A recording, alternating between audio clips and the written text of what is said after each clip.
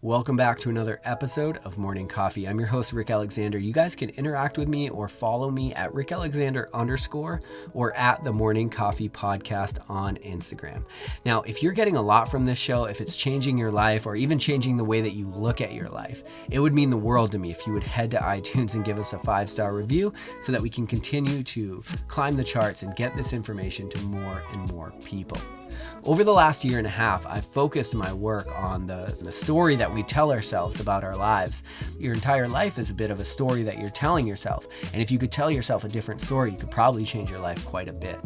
And so I did that work for the release of my newest book, which is coming out in early 2020. But getting excited for that release, I actually wanted to go through a lot of the information that I had learned, a lot of my notes, and synthesize it into maxims, which is what we're getting into today. I've got 21 maxims to maximize your life, and what these are is just things that seem to be true about the human experience, and if you could understand how they are true, you could understand how they could change your life.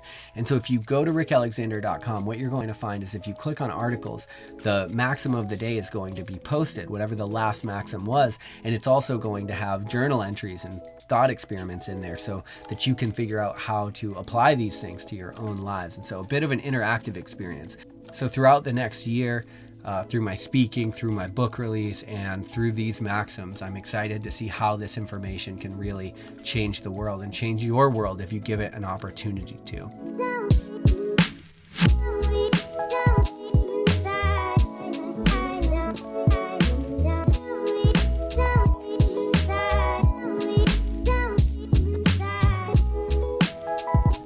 For the longest time, I would find myself in bars with friends, and I reached a point, so it was a Super Bowl 4 years ago or something. I reached a point where I was drinking in this bar, and I kind of looked at the beer in my hand, and I realized I had this moment of wow, this is not serving me at all. For the things that I want to do in my life, for whatever reason, alcohol was really fun through my early 20s, and then I hit a point where I'm like, shit just doesn't resonate. I don't care if other people drink, and I hate to talk about it because then people are like, well, you don't like when other people drink, and that's not at all true, right? What's actually true is that it just doesn't work for me. I get really hungover. If I get after it on a Saturday, I've got to clear my schedule till Wednesday.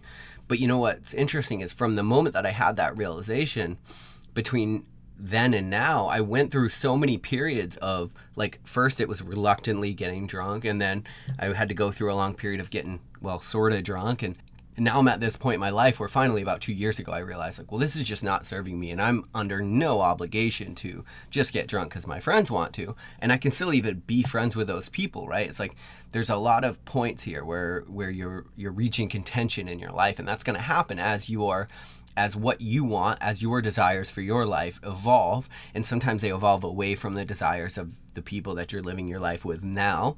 I don't think that you need to cut them out of your life, although I know a lot of personal development advice would be you have to get rid of people that aren't serving for you. I do think you have to minimize your time with people that are bringing you down or just not good for you, of course, but I also think that you can hold space for the fact that people evolve in different directions, and if you still love those humans, you can still love those humans, and those things are not mutually exclusive in some way. Only within a couple years have I come to this realization that I'm an adult and can do whatever I want, and just because I decide to do something different than the group doesn't actually mean anything. And it's interesting that you even have to go through this, right? You would even have to learn how to uphold a standard for your life, but be that as it may, I didn't have a choice. It's just the world that I was given, and it took me a long time to fight through it and to put boundaries around myself. And now when I go out, I always get club soda because I'm one of those weird people that like carbonated water. I also like pineapple on pizza if you're looking for stuff to hold against me. And so as I go out to bars, I always get club soda with lime. And I remember a friend asked me, why do you always get that when we're drinking? I'm like, because it's my favorite drink. And when I'm out, with people, I'm not going to drink alcohol just because it's very rarely, I'll have beers and stuff, but I just can't get after it because it degrades my life in some way. It degrades my thoughts in some way, and it really creates a really difficult environment for me to live life in the way that I want to, and so I don't do it. But I do drink club soda because I absolutely love it. And so I remember she asked me, why do you drink this club soda? And I'm like, man, because you have to give yourself exactly what you want in this life. This is something that was probably the last realization of this evolution for me. It's like, and it's, again, I know it's crazy because, like, no shit. Of course you have to give yourself exactly what you want.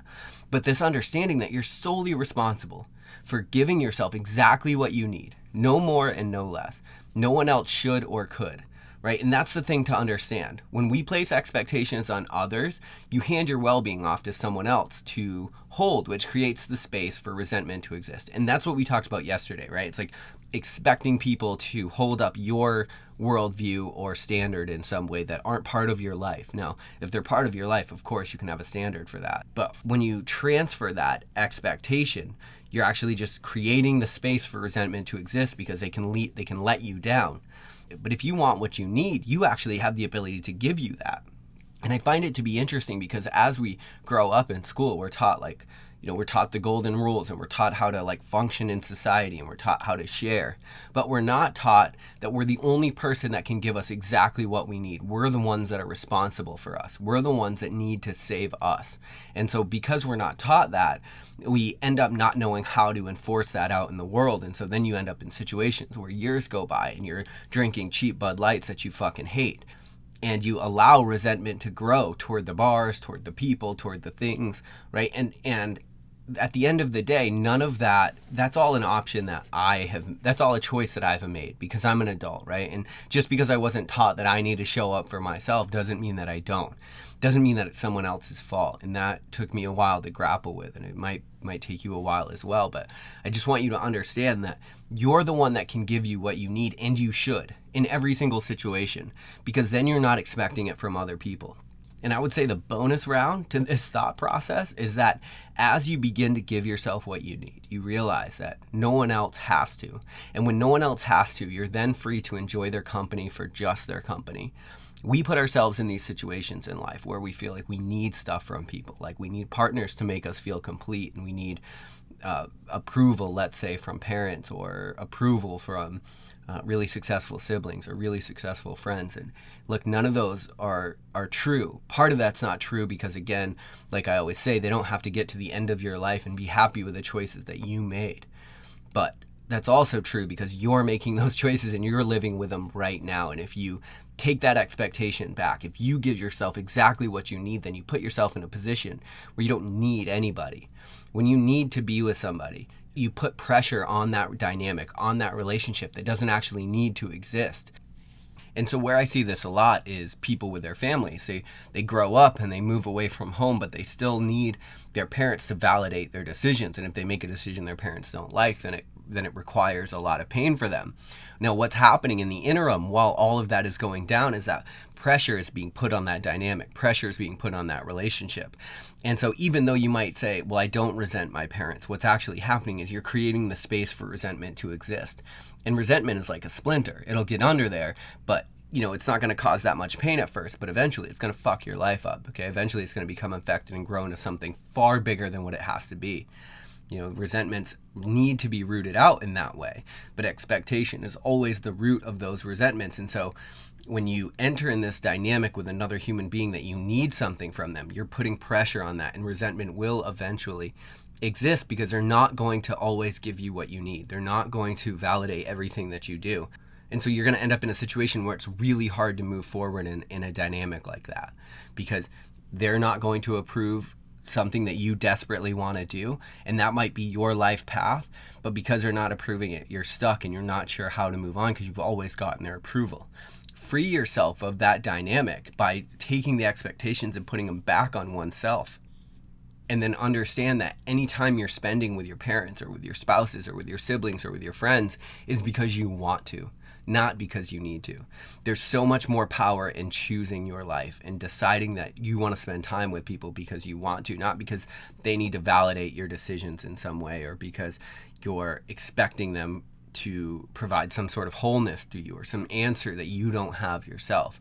Find those things for yourself and then actually just go be good for somebody, which ironically is another one of our maxims. But listen, you are solely responsible for giving yourself exactly what you need. And so the question today is, where have your expectations, or where have you placed expectations on other people to give you something that you yourself should be giving you? whether that's validation or whether that's a club soda. I love you guys. I hope you have an amazing day. We'll talk tomorrow on Morning Coffee.